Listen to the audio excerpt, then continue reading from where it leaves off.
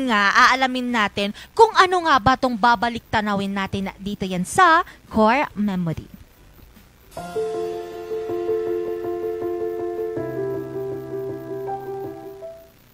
At ang ating Core Memory ngayong Friday ay ang plastic balloon! So, Ay, totoo yan. Ay, apaka-OA ko doon.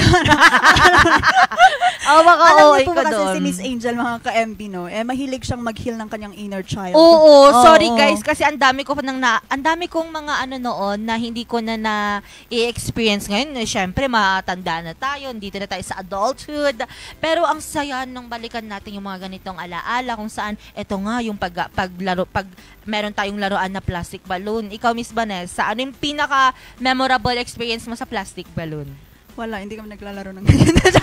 Ay, ganun ba? Bakit? Hindi, joke lang. Yan ba yung yung parang nakalagay sa maliit na ganun? Yeah, Tapos meron parang siyang straw. toothpaste. Oo, Yeah. tapos may straw. Tapos kailangan mong sa amin kasi ang ginagawa namin dyan, kailangan malaki. Tapos di ba igaganon mo sa bunganga mo? Oo, Kailangan i-mold may laway. mo. Oo. Ay, ang sayo nun. Tapos di ba kailangan putukin mo siya ng paunti-unti.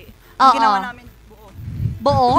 Tapos Ganun. pumunta yan sa inyo. Oo. Grabe naman yung... Masaya ang Masaya childhood. yun. Oo, Ikaw ba, ganun, Miss Angel? Ganun, kasi parang ang sa amin kasi dapat 5, kasi 'di ba parang toothpaste 'yon. So kailangan sisimutin mo 'yun hanggang kadulo-duluan nun sisimutin mo tapos ilalagay mo siya sa dulo ng parang straw niya. Oo. Tapos after nun, palakihan po kami nung pag-blow. Tapos dapat kung malaki na, di ba dapat yon kapag puputukin, hindi siya parang ahayaan na puputukin. Mas lalo pa natin i-expand yung balloon. Ay, ang sarap po ng lasa niyan.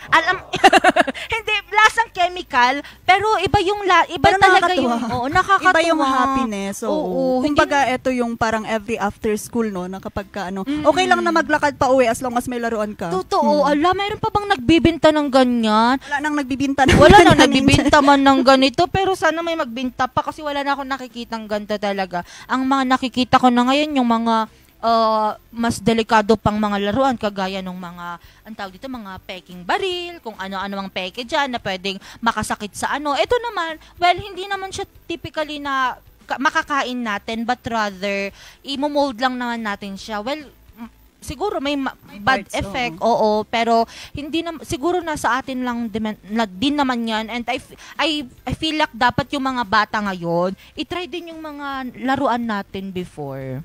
Truly, kaya